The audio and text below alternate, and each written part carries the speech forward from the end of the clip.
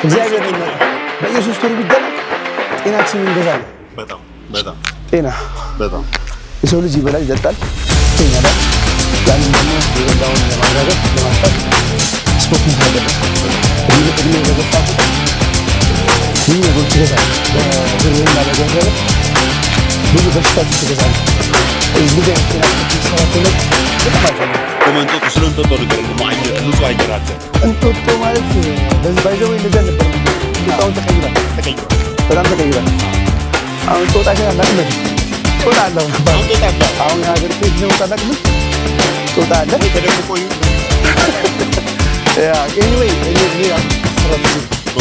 ወጣት ያለው እንትና ማጣጣት ያለ ዋሚራት እዚህ በእናት በፊት እንዳለ ሙሉ ለሙሉ እንዳለ አርዱ የሚባለው ሙዚቀኛ ጋር አቆስ ገባ ቮካል ስራ ተሰማል። አሁን ደግሞ የተሻለ ነው፣ ግን ቮካል ስራ የለም ተፈጃለ። እሺ አየሩ ይበቃል። አየሩ አሪፍ ነው አየሩ። በቃ ዋናው የአዲስ አበባ ንጹህ አየር የሚወጣው ምንጭ ከዚህ ጋር ከተማ ከዚህ ነው። ምን አለ መሰለኝ ስፖርት ካልቸር ካላደረገው ማለት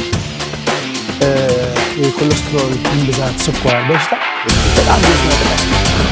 ይሄ የሚባል አባባል አለ። እንዴት ሰው ይሰቃያል ይባላል። ገባህ?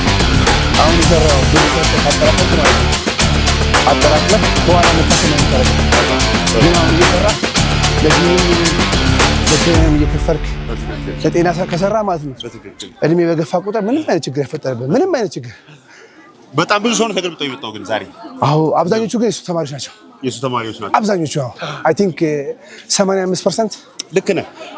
ቅድም እንዳልከው የሴቶች ከወለዱ በኋላ ካሉ በኋላ ኪሎአቸው ትንሽ ይጨምራል። ማስተር ሄኖክ ደግሞ እሱ ላይ በደንብ አድርገው ትኩረት አድርገው ይሰራል።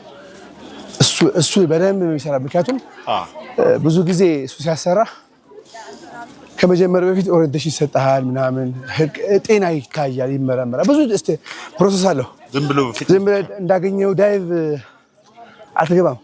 መውጣት ዋና እንዴት ነው የማይችል ሰው ዳይቭ ገብቶ ይወጣል፣ ውሃ ጠጥቶ እዛ ይሞታል።